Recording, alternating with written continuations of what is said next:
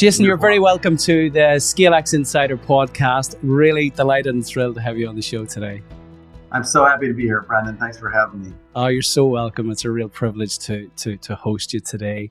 We've been chatting off air. You know, our vision is to inspire, connect, and enable millions of ambitious leaders of SMEs to scale with purpose. So, Jason, I start the show with this question to all of my guests. What does scaling with purpose mean to you? So, look, I've been in business for 30 years now, and I think at every key transition and, growth point in your career, you think about that probably a little bit differently. But I'd say today, after I'm going to celebrate my 30th year here in May. And as I think about, scaling with purpose, just finding purpose was, maybe the biggest part of the journey is just finally discovering what your purpose is. And I really, didn't even ask myself the question until about 10 years ago. So I'd say just to fast forward as we've gone into a 10-year culture journey and really impacted and inspired a lot of people inside and outside of our business with the way we do culture and the way we do business, maybe a little bit differently to have, as good or greater results as other businesses. It's the impact that we have had on people and the transformation I've seen in people's lives through just being simply treated well at work, through, consistent values and, good leadership. As we've done that, we've impacted so many people and their families because they take that home. They take that good leadership for 40 hours a week. They take that leadership and the culture and the character and the values that we display here, and we really ask our team members to stay consistent on day in and day out. They take that home, and it impacts families. And I've heard so many stories about how it's impacted people's kids. I've heard, it impacts the community with all the community impact service events that we do. But the biggest part of that scale question you ask is like all the other businesses that have kind of watched from the outside to see what we're doing with curiosity and, excitement, is that maybe there's a better way to do business. And once they do that, they can have the same impact of transformation in their companies. And that's where the scale really, I've seen, have the greatest impact, is not just what we're doing inside our four walls, but what other businesses are trying to copy. Like we ultimately copied Chapman a little bit, that the impact he's had just telling us his story has been, just kind of what we're talking about here. I love that. And what a wonderful positive ripple effect is being created. Your language is familiar only because I interviewed and hosted the wonderful Bob Chapman, whose whole approach is around truly human leadership. And we're going to get into that, and especially understanding the magic sauce that is the better way to do business, and some of your kind of profound moments along the way whenever you discovered that there was a better way to do business. But I'm still getting over the fact that you've been in this business for 3 decades, because you must have started when you were about 5. So I'm curious, and it would be useful for our listeners for you to share an abridged version of the 3 decades. And you've mentioned leadership style in the first question as well. I'm keen to understand also, over those 3 decades, a little bit about your journey, but how your leadership style has changed over those 3 decades. Yeah, there's a lot packed in that, but I would say real quickly, I came to the business after college, not really knowing what our family business did, because it was largely the only thing in our hometown in Central Michigan growing up was just a little family office. And my dad had a staff there. All the manufacturing plants were outside of the state even. So I never really got to see anything. And my dad didn't talk much about work. He was really good about coming home and just being present and, not being on the phone and, conducting business after hours. So I didn't really know what the business did until after college. And I started interning, or during college, I started interning with a business, and, developed enough interest in manufacturing. I like to build stuff, like the creativity and innovation of it all, like being around people. But, got in and started welding after college. I welded for a couple of years and eventually started running some small manufacturing facilities. And, I stumbled into RVs in the late 90s, right after our company was sold. or right during the point where our company was sold to a public business, and just started tinkering with the RV products and developed a business there that the public company decided to support, and they gave us couple 20 million a year to build plants and grow organically because we had lots of people interested, and it was just good timing to get into that space, and especially the chassis structure space. We build the foundations for the RVs, and there just wasn't a lot of people doing it and doing it well. So it was just a good timing, some good luck, and we grew the business for 15 years just off of the RV platform. So the first 15 years was just grinding, a lot of hard work, late nights, sleeping at the facilities, traveling a bunch, putting up facilities all over the country, and we had a great team that I assembled early on. We were all a bunch of young guys that didn't know a whole lot, just trying to figure things out. But we worked hard, and we knew how to put good teams together, and that was kind of the first 15 years. Give me a sense of the size of the business at that stage, Jason, whenever you come into it and started to actively lead teams within the business. Yeah, so when I came to the business and started welding, our business was like 80 million in revenues or so. Um, by the time we had started to really grow the RV business by '08, right before the financial crisis hit, we were probably $500-600 million, and then we hit our first building around 2012 or 2013. Um, and then from that point, we really, our board was really focused after we came out of the recession on diversification and just trying to diversify our revenues a little bit. We were 90% RV, and we did some business in our legacy housing business, which is where my grandfather and dad started the business. So we sold some products to the manufactured housing manufacturers. But once we came out of COVID, we started making some acquisitions and some other areas that were adjacent or close to the types of businesses we were in, the geographies, some of the the welding and assembly businesses that we had. We did try to do the same, stay in the same disciplines, and we ended up getting into we built windows for RVs. We ended up building windows for buses, school buses, and transit buses. We ultimately started building axles and other chassis components for cargo trailers and open utility trailers, and got into boats and did boat seating there because we did RV seating. So we found all these nice little adjacencies over the next 10 years, and really started to grow the business in a diversified sense, to diversify revenues into different industries and markets. And today we're just we finished last year just under 4 billion. We were 5 billion the year before. The RV industry took a little bit of a dip in 23, but we got as high as 5 billion, and about 45% of those revenues are in the RV space now versus 90, 15 years ago. It's an incredible scaling story. I want to come back to something you mentioned. Your grandfather had started the business. Your father took the business on. You've stepped in and led an incredible scaling journey. I'm still trying to get my head around you coming into the business at $80 million, which is still a sizable business on this end of the world. But not reaching your first $1 billion for, decades after, and then in the one decade that has followed, you've 5x that, you turn 1 billion into 5 billion. And there's a lot in that, because I think a lot of entrepreneurs and a lot of business leaders listening, we grossly overestimate what we can achieve in 1 year, 3 years, but grossly underestimate what we can achieve in a decade. And what you've done is incredible. Before we get into that, I want to pick up something. Less than 10% of family businesses ever get to the third generation. Right. So in your experience, what are the traps that some of the family businesses fall into? Yeah, I think there's a lot of them, Brendan. It's a really great question, but I think a lot of leaders in general try to do things themselves, and they don't they don't diversify their teams and lean on the capabilities of, the team that they put around them. And in some cases, don't even put the right team around them.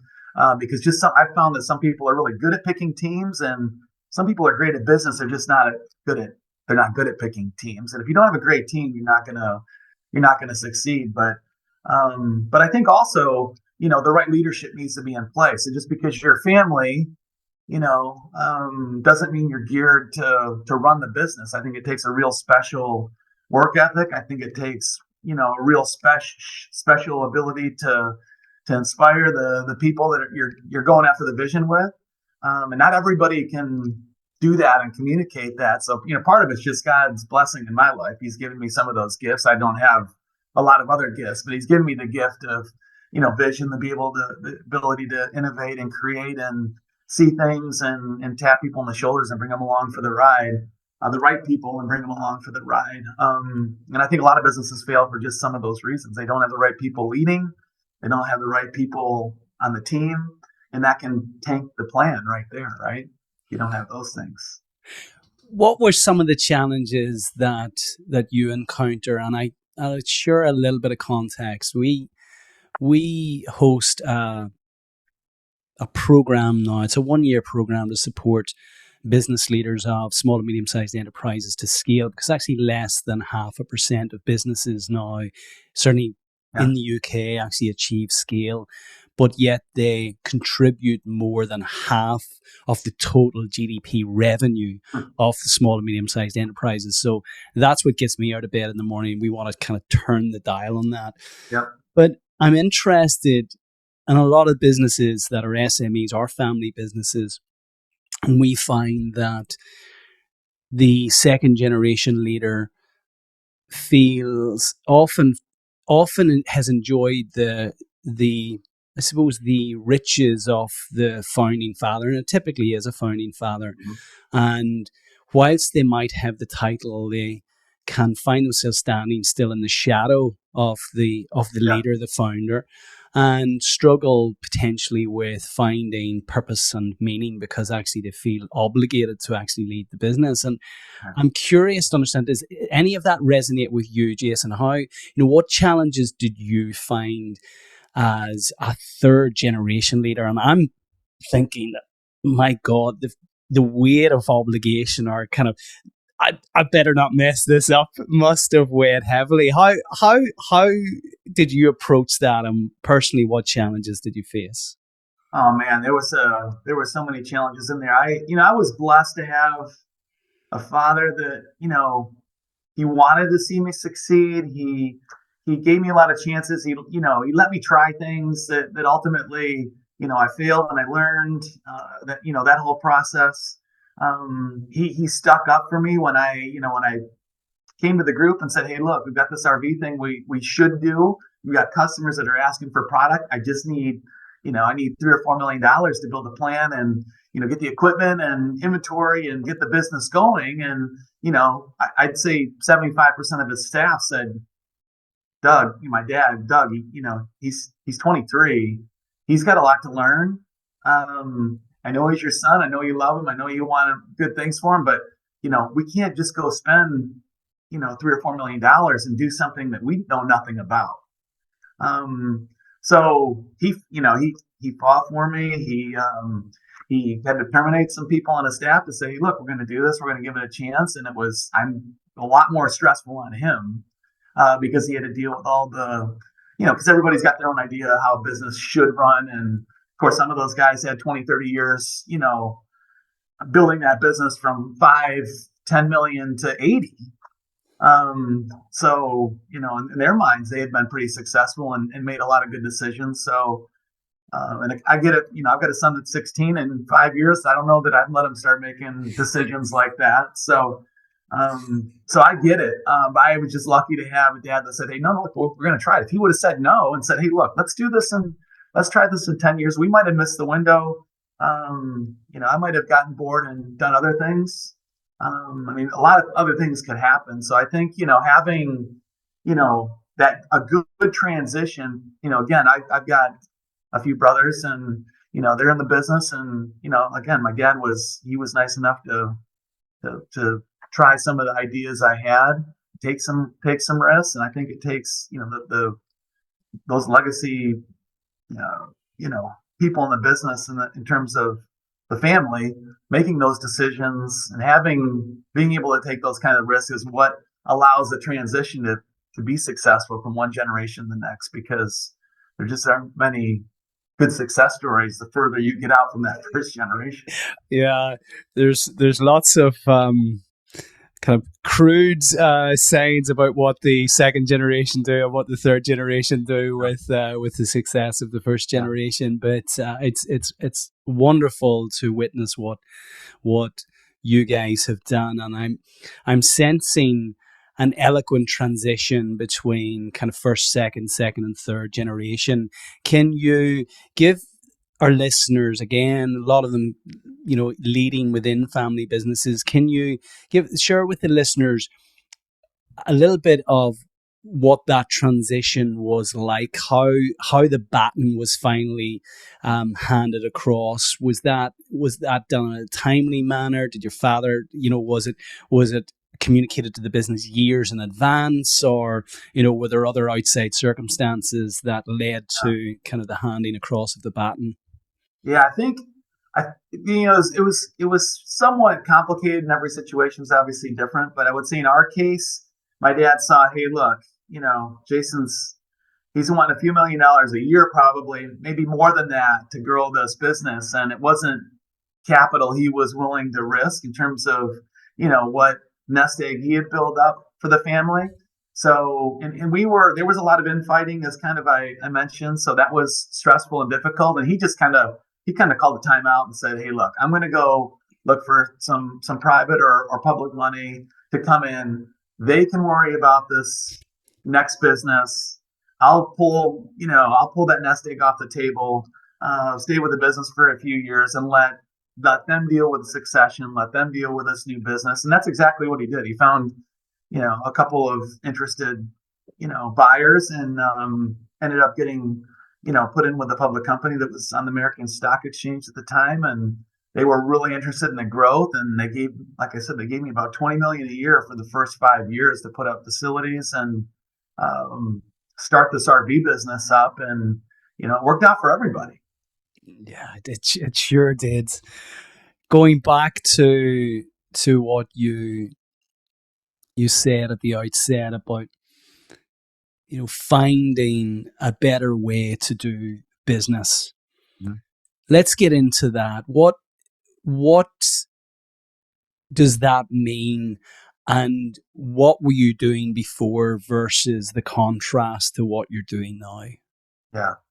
It's again, over that first 15 years, it was, again, we were putting up facilities, traveling, traveling a ton, putting together teams. I was bringing, young kids they just graduated from college, and saying, hey, look, the way I learned the business was to jump in and weld and assemble and get to understand what the frontline team members go through in the business and how the business runs and how to build product and what makes a product good, what makes it not good. So, we literally pulled in probably 50 kids from college over those first few years and put them right in the plants. And they became our first general managers and plant managers in all these new facilities without knowing a whole lot.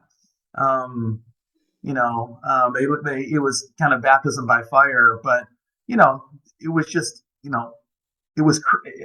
Only way I can explain it is it was crazy. You were sleeping at the facilities. I mean, I was painting chassis at 3 o'clock in the morning to, until the first shift, would come in, as would be my other teammates, whatever it took to get product built to the customers. And we had more orders than we knew what to do with. So it was just crazy. And as you can imagine, you really, when you're trying to wear all the hats and do so much and grow so fast, we couldn't do things the right way. We were running, and we would, best I can kind of clarify it, as we would bring people in, and I'm not talking about the leaders now. I'm talking about the people we needed to help run the business, from the, frontline leaders all the way to the frontline business, the people that were making parts day in and day out. we just, we would run so fast and work so many hours that eventually people would say, I can't do this anymore. I got a family, or I got this, or I got that. And again, I was single, didn't have a family. We were just running as fast as we could.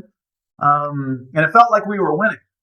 It felt like we were, man, revenues are going up, profits are going up, acquiring more customers, and quickly becoming, the biggest supplier in this little boutique, industry in the RV business. We made 75 acquisitions in the first 20 years. We were doing things that a lot of other people probably will never get the chance to do, and it felt like we were winning. But after about 15 years, I started asking myself the question, and I ultimately turned to God, and I was just like, stock price, revenue growth, all these accolades we were getting in the public markets and from our board and people around the industry. It just didn't feel like purpose. And that I started asking God, like, what is my purpose? Because it can't be this I can't be doing this for another 20 years and be like, okay, we got our stock price here and we got our revenues here, and that's the end of it.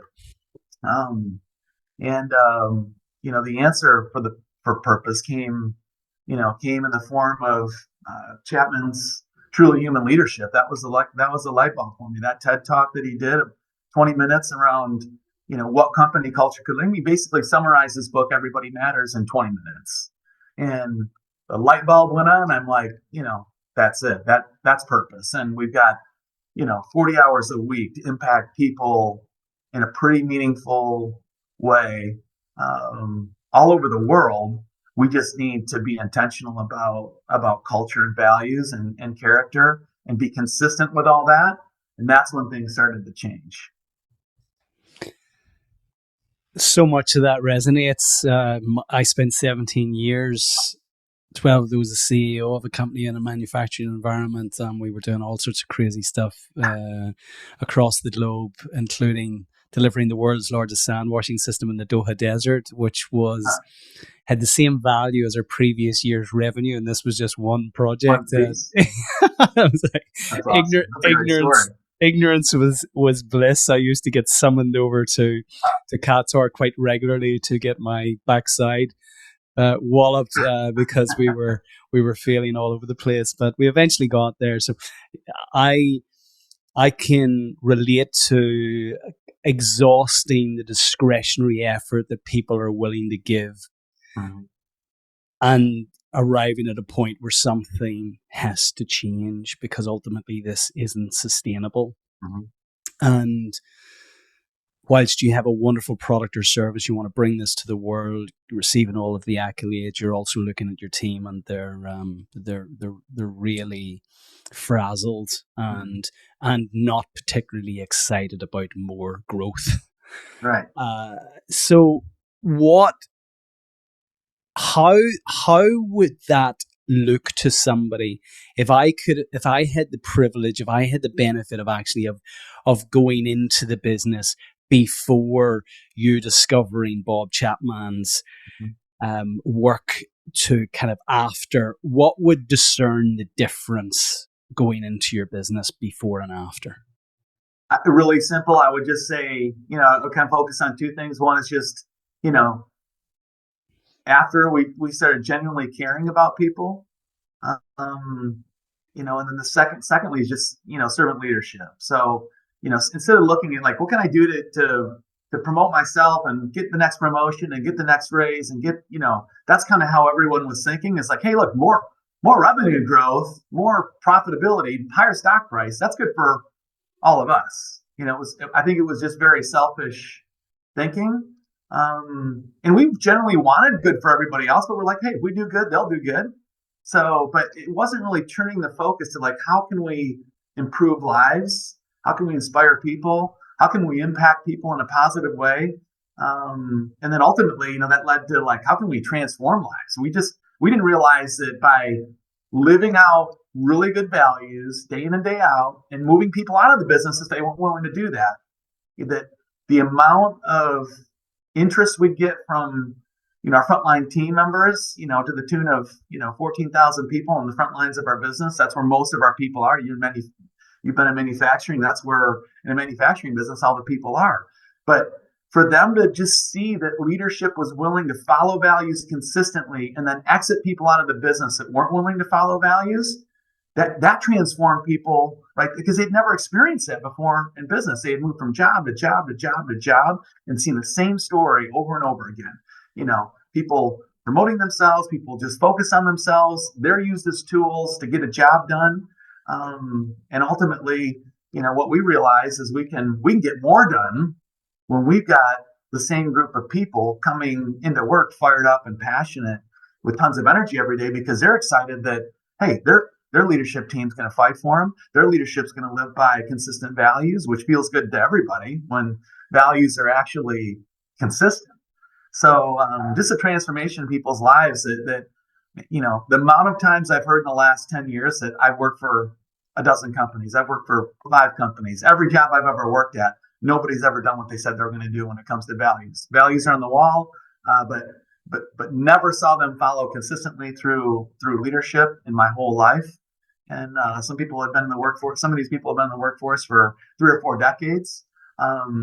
It's sad, but it's a true fact. Bob quotes, the Harvard study all the time. 88% of people that work in this country feel like they work for companies that don't care about them. So what does that say about cultures, work cultures? It says that 88% of them are probably, not right or not good or certainly not inspiring or impacting people in a positive way. So if we can use culture and values and leadership to impact people in a positive way, it just, like you said earlier, it just ripples through people, their teams, and ultimately their families and the community when they leave here. Because you don't just flip that switch when you leave. If you're treated well, and we're talking about values in meetings and keeping values in the airspace on a consistent basis, they're not leaving work forgetting about all that stuff because they're living it for 40 hours a week. It's hard to not have that ingrained in you. So yeah. Again, it's so powerful, and I want to dive a little bit deeper because something you said that, a lot of what we hear is often, and we talk about values are often laminated but not lived. People, companies will kind of Google or make an acronym out of their company name to come up with these values like integrity and honesty and respect and everything else. And the first time they hit a challenge, it's kind of, well, we'll park those for the time being. We'll just kind of, we'll drive the numbers. And standing in the shoes of the listener, they'll likely be screaming at the radio at the moment, not the radio now, but whatever medium they're listening to, their phone, and saying, well, that's grand for Jason. He's leading now a $4 billion revenue company. It's exporting right across the world. So, it's easy for Jason to say, oh, yeah, we care about our people, because that seems the appropriate thing to say when you're running a public company. When did you hear the message, Jason? And at what scale were you guys at? And also, if you could go back now to your early leadership days, would you feel that what you guys do now was appropriate for that kind of earlier, more kind of hustle and grind environment? Yeah, I would say that, back when we heard first heard the message and the light bulb came on for me, we were $1 billion and probably 5,000, 4,000 team members strong. It definitely would have made a difference and been easier to push through the organization had we done it earlier. Because if you think about it, when what I've heard people say over the last 10 years that they've been, inspired by the values that we live here day in and day out. I've just heard that people are, they've never experienced that in another place. So, when they come to a place, we talk a good talk, but we don't live it out, people get frustrated and they ultimately leave. And what I would tell my younger self is, hey, dummy, every time somebody gets frustrated because you're not doing what you say you're going to do, or you're just, selfish and you're not serving your team members, you don't have values permeating throughout the organization, people leave. And, don't need to tell you, even my younger self, that when people leave, business gets harder because you got to go recruit, hire, train. to the tune of thousands of people when you're an organization our size. And when you're having to go recruit, hire, train thousands of people, that requires a lot of time and energy and money.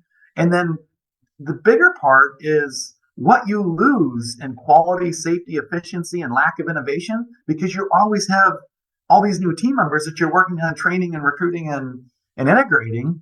In a manufacturing business, it's extremely important to have good quality, have a good safety record, have good efficiency. That speaks right to profitability. If you have new people all the time trying to figure things out and they're getting frustrated in the process and leaving in 90 days or 120 days or 12 months even, and you start over again, you never get any traction. So to me, the holy grail of it all is, business momentum. Like, we were 125% attrition in 2013 when we first heard this message. Well, on today's 15,000 people, that'd be like bringing in 20,000 people a year, recruiting, hiring, training. Can you imagine just a workforce you'd need to recruit, hire, and train that many people? Well, our attrition's, 25% today. That's manageable. It's still more than what we'd like, but it's manageable. And by the way, our business is running a lot better. Our quality record's better than it's ever been. Our safety record's better than it's ever been. Our efficiency is better than it's ever been. Our innovation is off the charts because we just have the same people coming back to the business every day saying, "Hey, look, how can I contribute more?" Versus, 20 years ago, people would come in like, this place, as soon as the next job comes up, I'm out of here because I am tired. I've worked the last 4 weeks, 60 hours a week, and I haven't seen my kids' games and this and that. That doesn't lend itself to productivity inside the business when you're running people away. Yeah.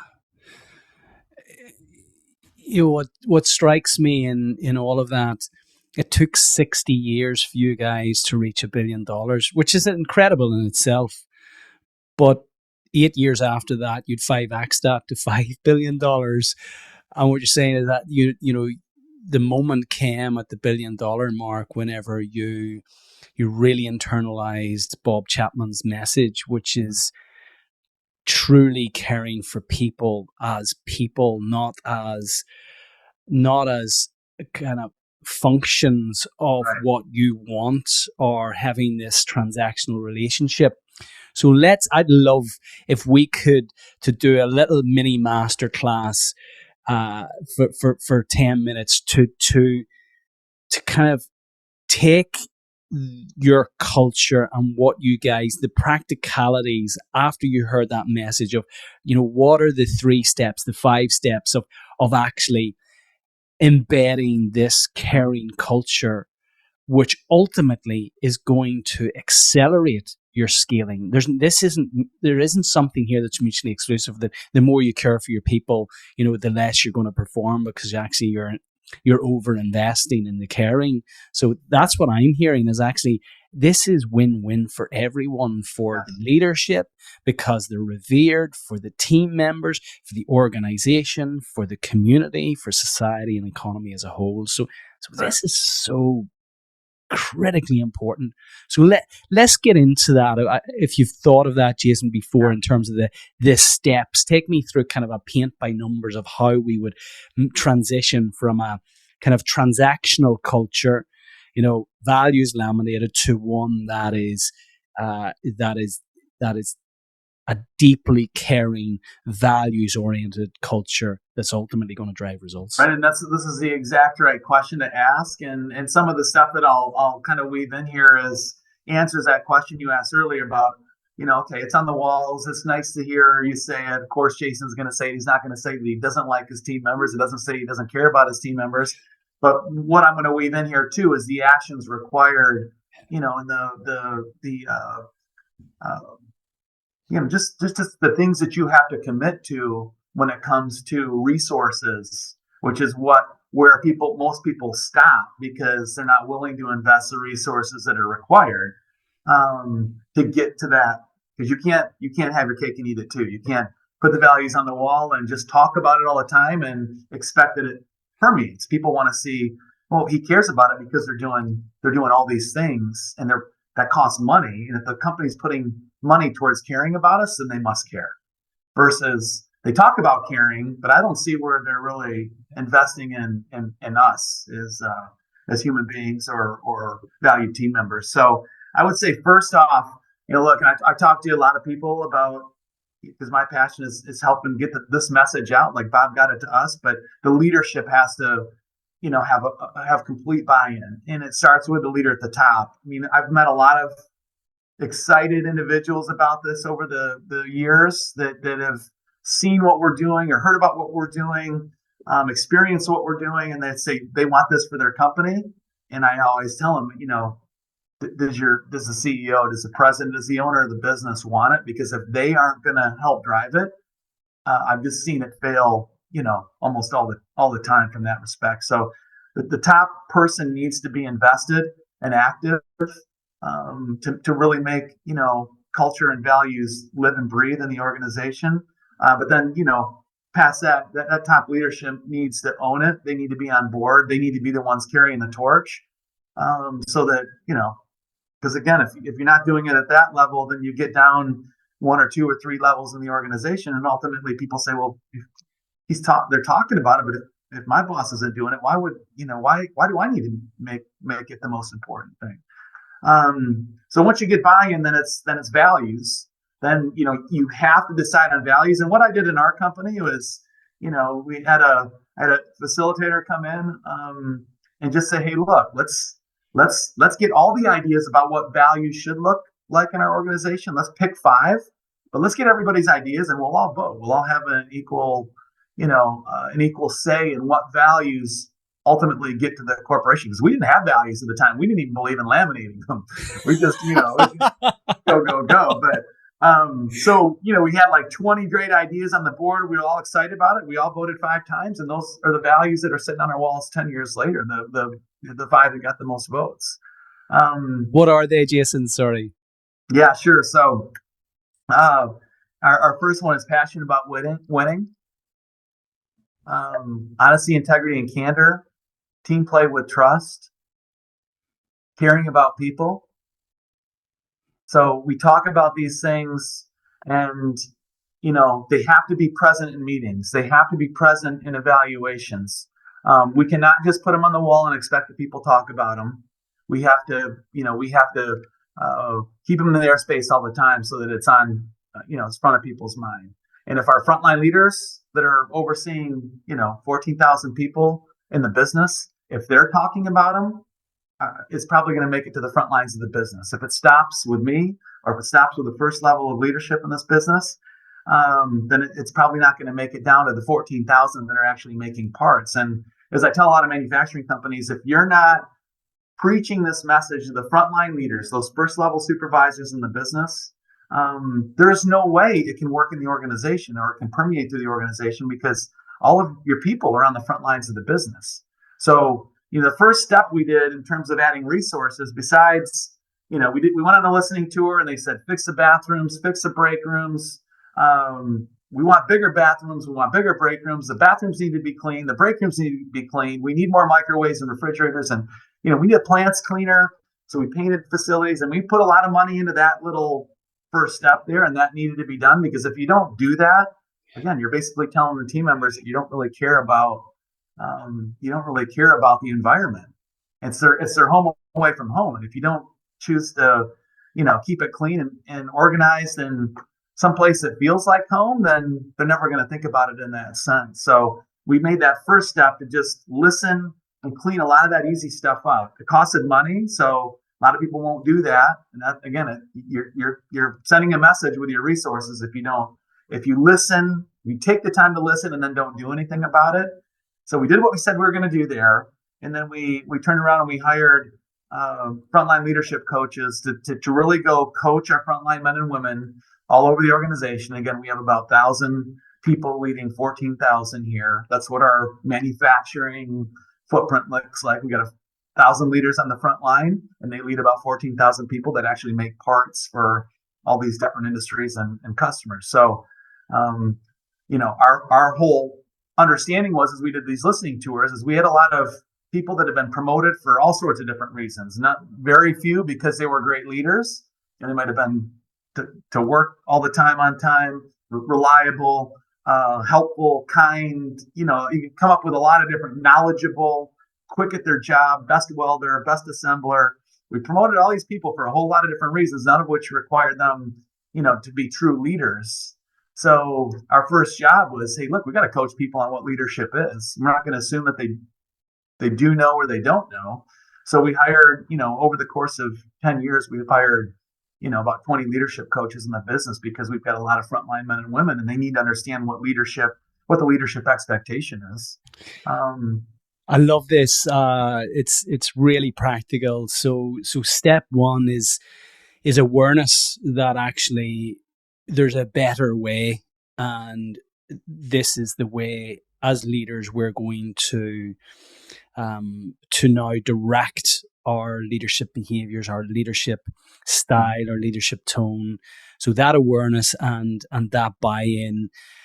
Step two, the discernment of the values, collectively deciding as a team, as an organization, what is it that we actually value, and what we're saying on a practical perspective, bring in an external facilitator to support you with that if you haven't done that before, and then kind of action those values with tangible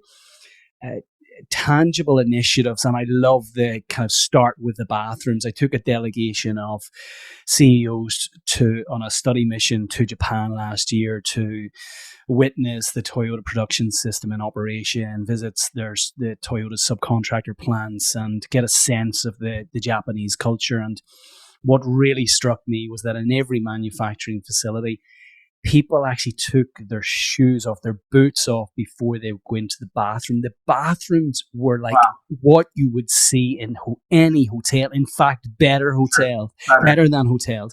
And the respect for those bathrooms was just incredible. And I often felt that during kind of my leadership tenure, that lean was this kind of, you had to study for 10 years and be a black belt in this, and understand the S's and Sigma and all of that good stuff. And the reality is, at its simplest level, it's about caring for your people and unlocking the wasted potential within your people, and start with showing them that you care in the bathrooms. So you'll find actually in all of the schools, just to share this, I'm indulging myself here for a moment, they don't have janitors in schools because all of the kids during the breaks actually go and clean the school, clean the bathrooms. Can you imagine in the Western world if our little Johnny came home and said, you say, well, what did you do at school today? Oh,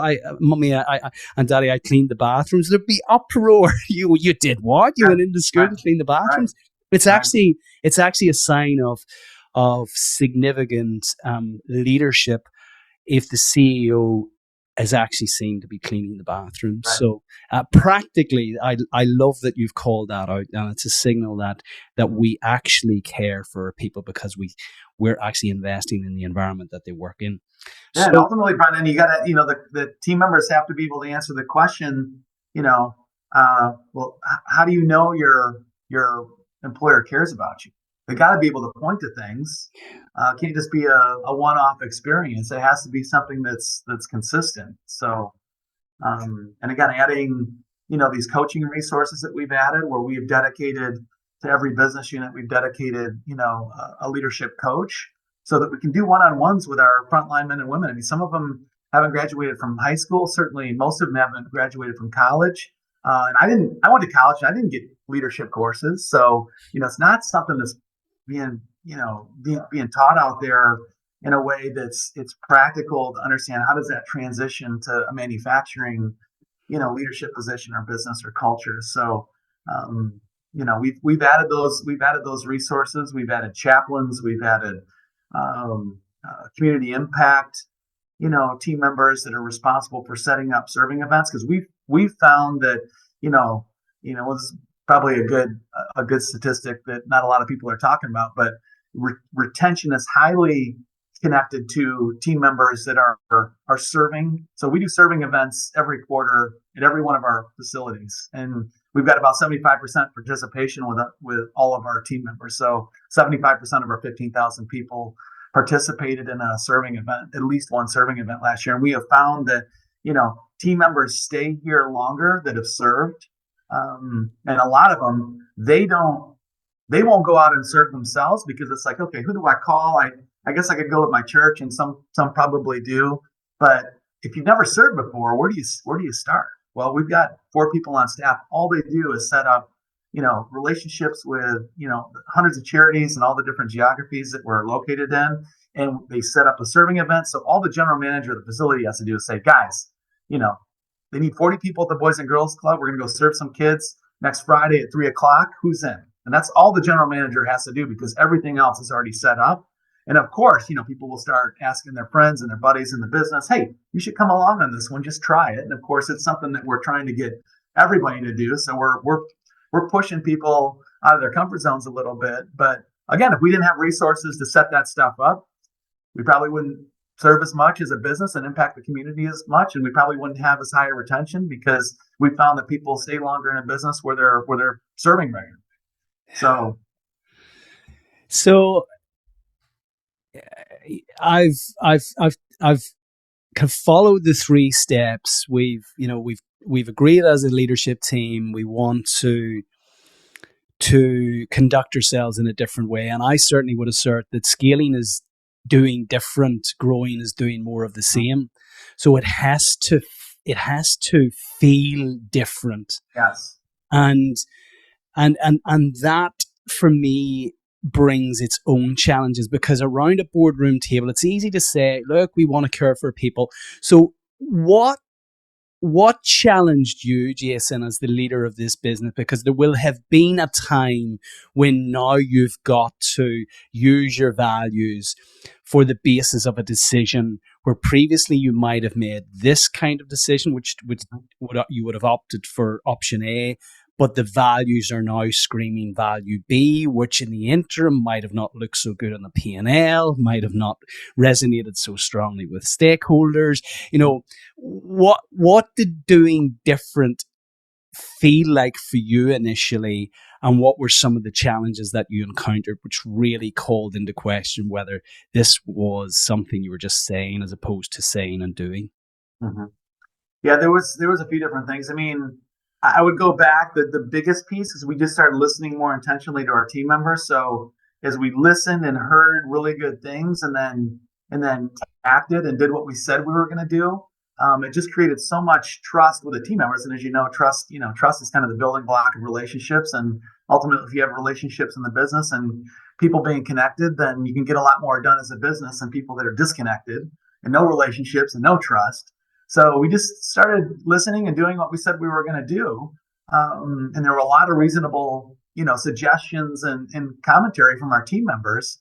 And they realized that, hey, as they give us feedback, we're listening and we're doing these things. And this place just tends to get better and better. But one of those key things, and again, this is a step for leaders out there to have to focus on, is just that, there's going to have to be people you exit. You're not going to save everybody.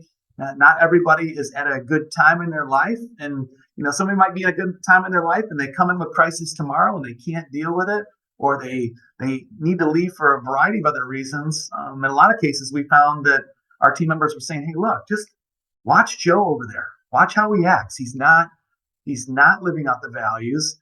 He, yells at his team members when he gets frustrated with something, or the job doesn't get done or whatever, and it deflates everybody in the group. We just listened to people and we said, we've actually sat down with guys like Joe and said, Joe, like, we're giving you coaching. We're giving you all the tools you need. You need to change, or we have to make a change. And we've had to exit. We've had to exit a lot of people because change, as you know, is really, really difficult for a lot of people. They want to lead the same way. A lot of people we've heard say, hey, what I did up until the last 10 years, it's been good. You've never told me I'm doing things wrong. I've helped get us here. I've heard that 1,000 times. I helped get us here. And the answer simply is that we can't continue on like that, because it just takes all the value away from the things that we're trying to do around values and and culture, because people just lose faith that we really are willing to keep it consistent. So, the tough thing about culture is that it's got to be consistent everywhere. And if it's not, then, people tend to lose faith, and they don't trust that we're actually going to do what we said we're going to do. And when you don't have the trust, everything breaks down. Yeah, I completely agree. And I always say transparency creates trust. And if you're transparent in the context of your leadership, then ultimately you'll build that trust. And I suspect for you, Jason, you would have leaders coming back to you and said, "Oh, your dad wouldn't have done that. Doug wouldn't have done that. You mean you're getting rid of you're getting rid of Bob, and Bob, was part of this business in Doug's days, and you're making that decision." I suspect there were some conversations like that were really tough for you. Mm-hmm. And that's it's one of our leader qualities, is just being courageous. And that's one of the things we ask our leaders to do. It's like, you've got to be courageous. You got to make courageous decisions. You got to have courageous conversation with your people if you're going to get them to grow and develop. Because that's what this whole thing is all about. It's getting people to grow and develop. And like you said, think a little bit differently, because we're not going to do culture the same way. And again, if you want to know whether you're doing culture effectively as a business, you got to ask yourself the question, what resources have I put toward culture?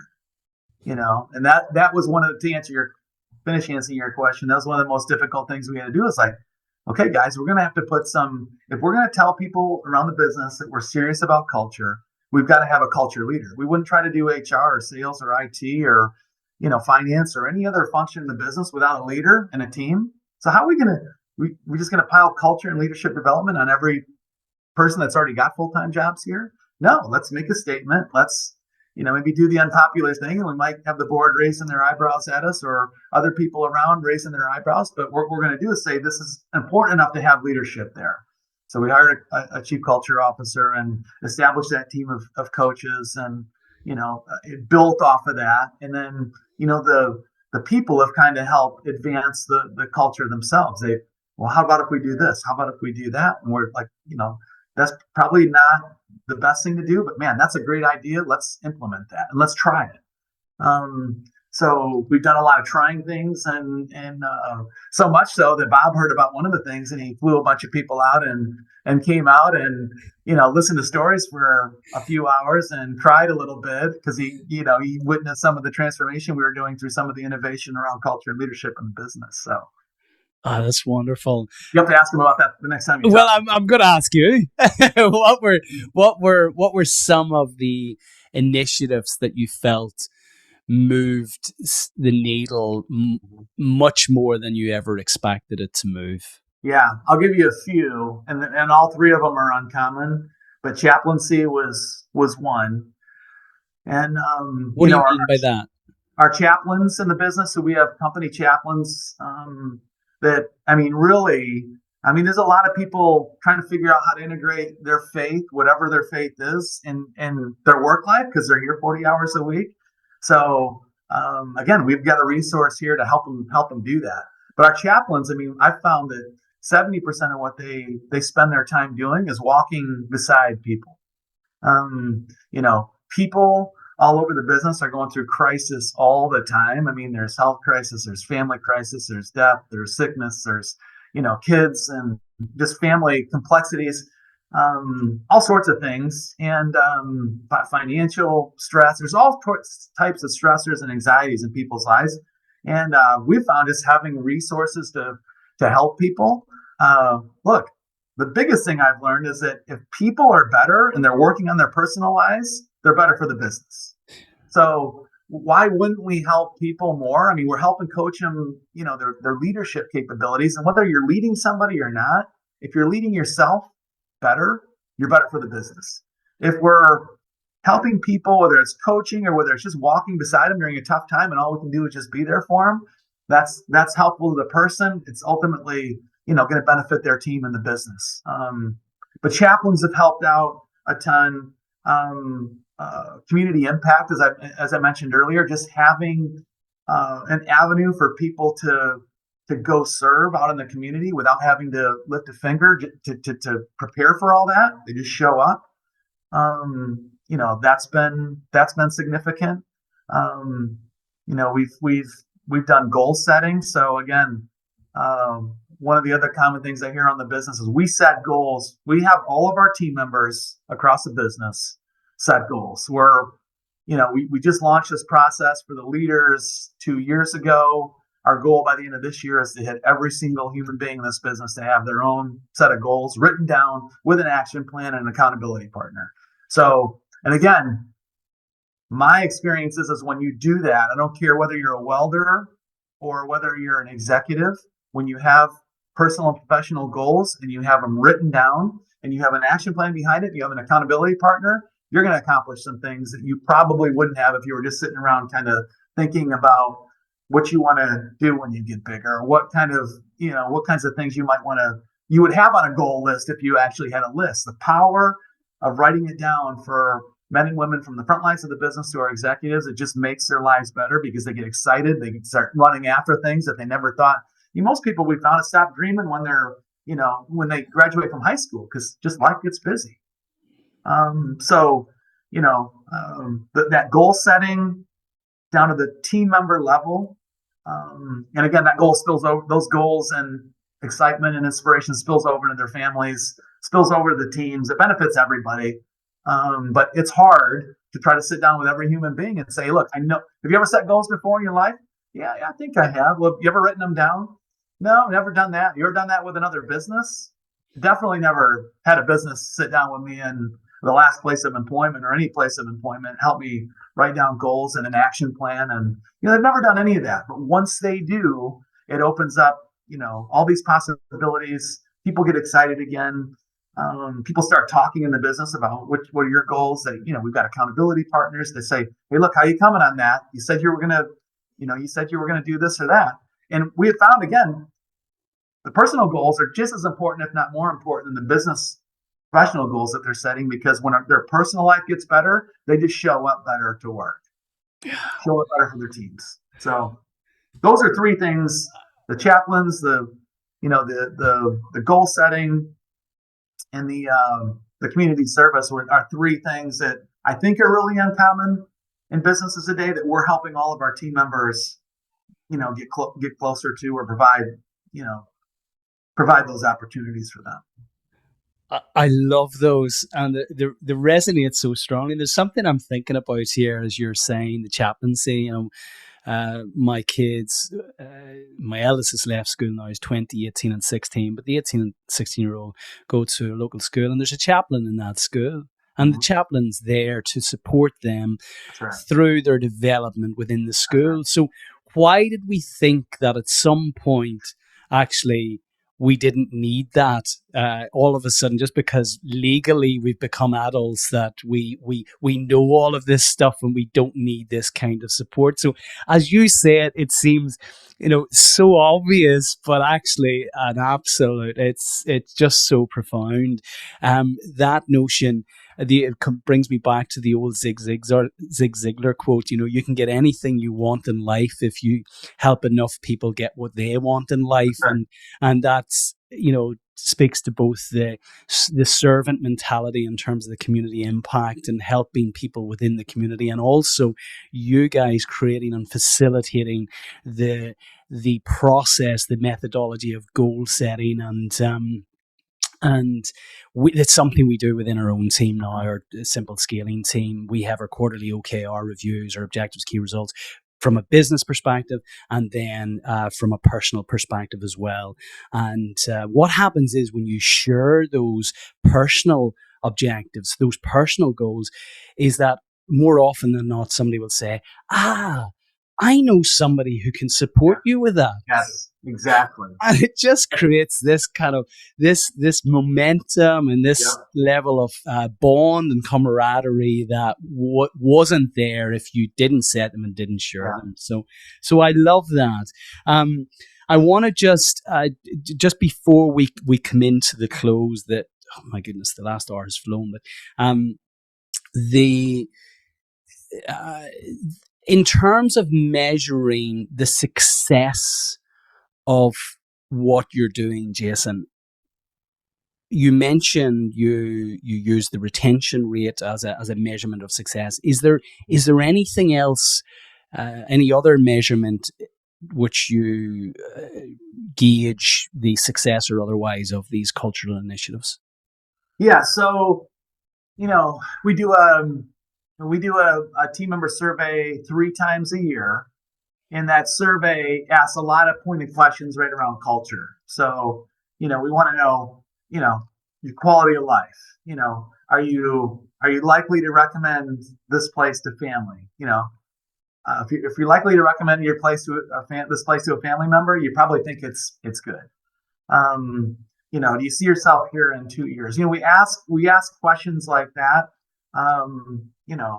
We ask about leadership. Do the values live? Do you understand the values? I mean, we ask this to all of our team members 3 times a year, and that gives us a lot of really good data. And we have about I think our last survey was 88%, 88% participation. So we have a significant amount of people, more than most, I Yeah. think, participate in the survey. Um, and we get a lot of good candid feedback. So that's a good data point. But we also measure things like, our LAPs, the leadership action plans, which is these goal setting. Like, how many people have goals? Like, to me, that's an important. The higher that number gets, the better we ought to be as a business. We measure fun. We measure things like marriage improvements, family improvements. Because those are some of the goals that people have. So if people set these goals and they cross them off their list, they tell us about it. They want to tell us about it. Like, my life's so much better. And they largely give us a lot of the credit, because they're like, hey, look, if I hadn't put improving my marriage as a goal on my leadership action plan, I don't know that it would be better.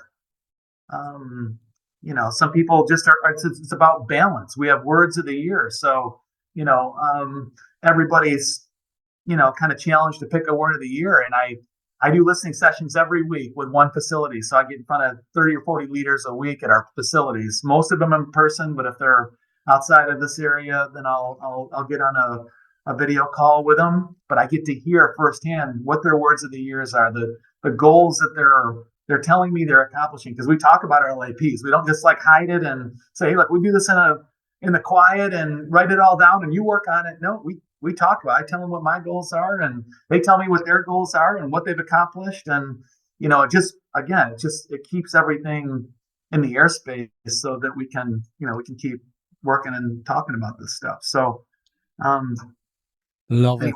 I got off track, but there's all sorts of things that we measure that probably a lot of other companies don't. But it tells us, hey, look, we're making progress. If some of these things are happening, we're probably making good progress. Community service hours, we did 150,000 last year, and that's just what people turned in. So I'm sure there's service that happens here where people don't turn in the hours, but people want to know that they're helping the communities that they live and work in. We want to know that we're improving the communities that we live and work in, and how we're doing that.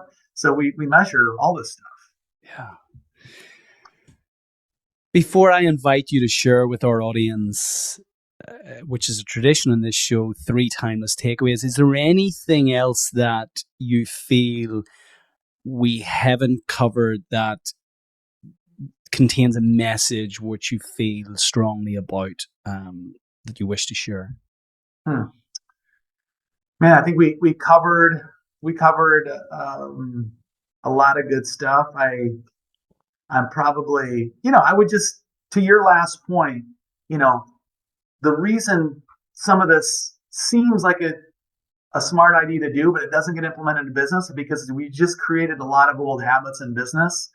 We look around us, most people don't have, chief culture officers or VPs of culture and leadership. They don't have leadership development programs. They don't, work on the values. They don't have community impact programs. They don't have chaplains or, whatever the resource is for their team members. And it's just because it's not the norm. And once people start talking about it, it seems like you and I are talking, it seems more like common sense. I mean, and what I've found is that when that light bulb pops on, people tend not to go turn it off on purpose. Like once it's on, you're like, okay, there's a better way to do this, and they start going after it. Yeah. And that's what's exciting about this whole revolution around culture and leadership development in business is that light bulbs are turning on. Not many are turning off. You might get a leader that leaves the business, another one comes in and you know totally poops on it. But what I see is most companies seeing these opportunities and these examples, and they're like, we can do that. We can do that. And once that happens, the world and the communities and families and values around the world start to change because you can't, like Bob says, I get church for an hour a week, and I try to be good through the week, but work's got you for 40 hours a week.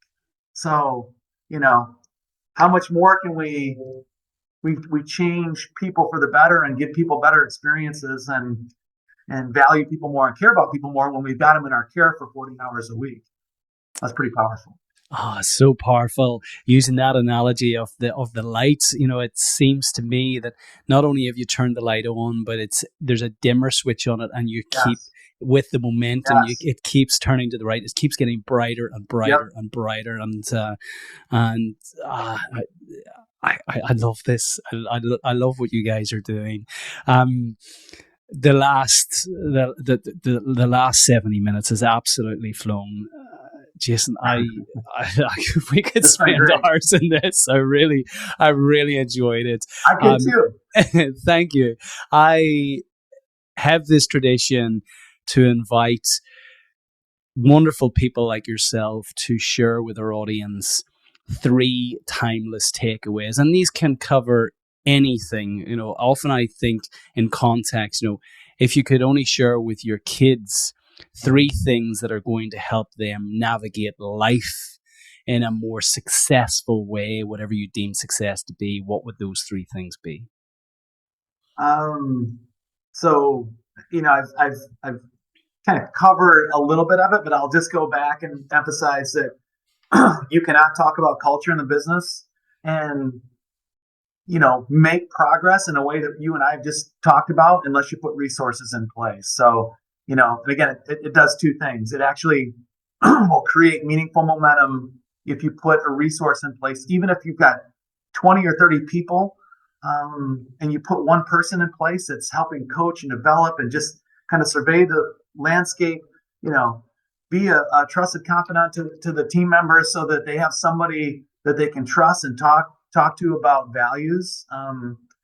Somebody that can help coach around what leadership actually means. We define leadership here with 5 separate values other than our core values. So we can say, look, if you're a team member, you've got to have these core values. If you're a leader, we expect you to have a different set of values. And this is what leadership means to us. And that way we don't ever have to, you can describe leadership 1,000 different ways because you can read 1,000 different books about leadership.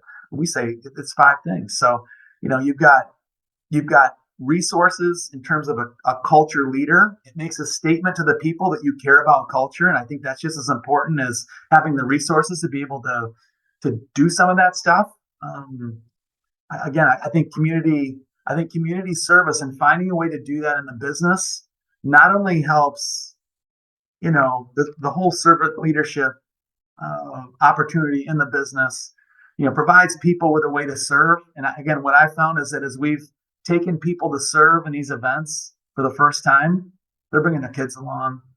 A lot of them, their kids are learning at a much younger age to serve than what they did. So I think finding that way to serve, and again, if you got to put a resource in the business toward that, why wouldn't you? And I can give you stats that will link it to retention. So it does provide some ROI. And that's one of the reasons most people don't do it. It's like, well, what kind of ROI could I get from that?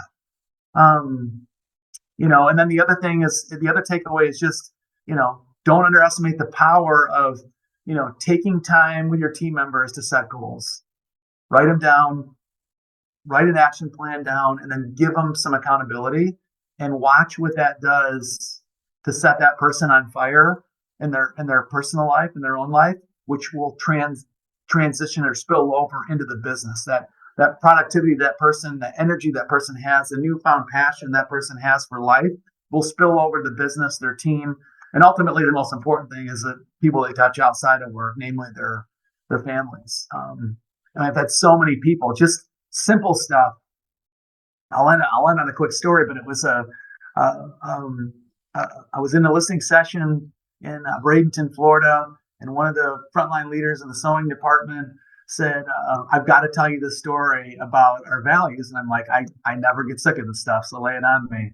And she said, we have these core values cards that have core values on the front and leader qualities on the back.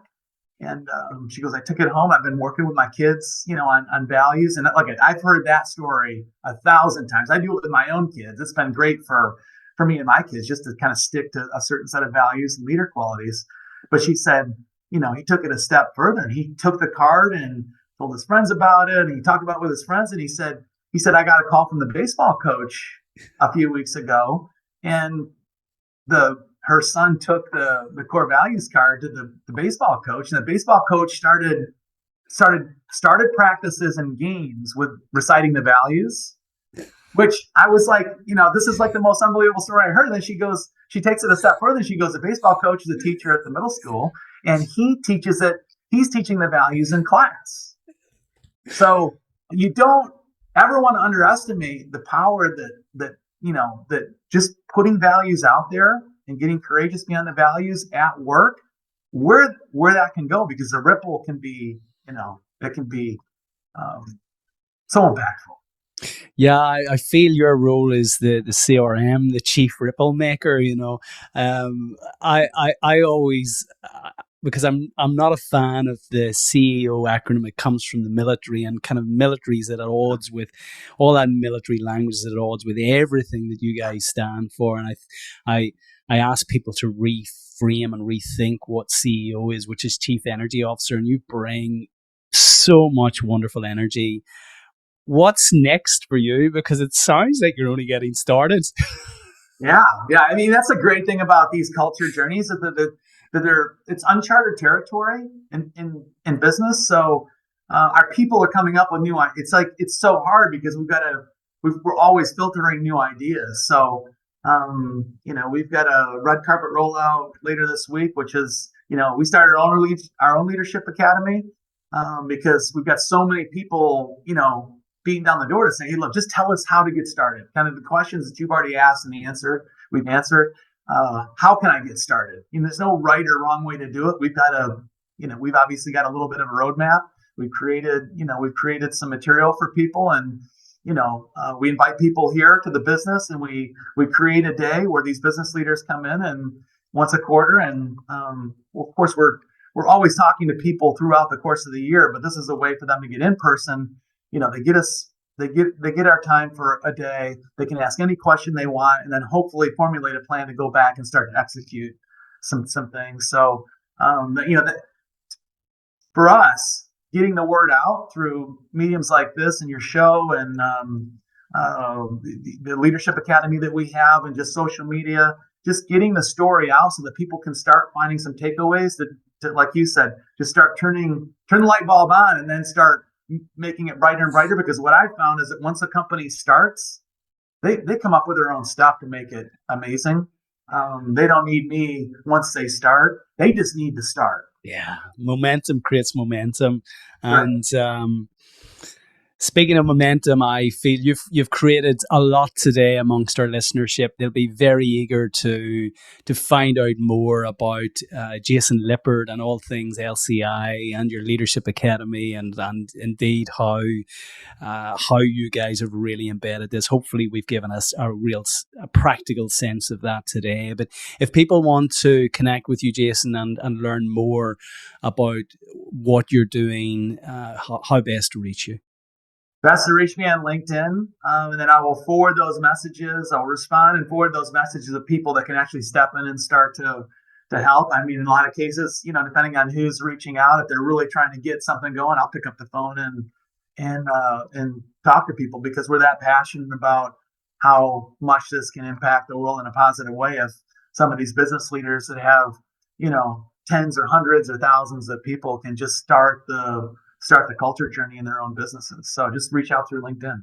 Oh, brilliant. Well, look, I want to applaud you and commend you in so many different ways to be a successful third gen leader who has actually taken the company public, who has, you're one of the very few leaders on the planet who has actually experienced $1 billion and up to $5 billion,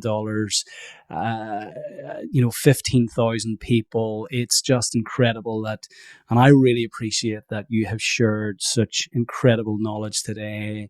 You've brought really wonderful energy, and for such a young guy, so much wisdom. So I wish you every success in everything that you're doing, and continue to make more ripples, Jason.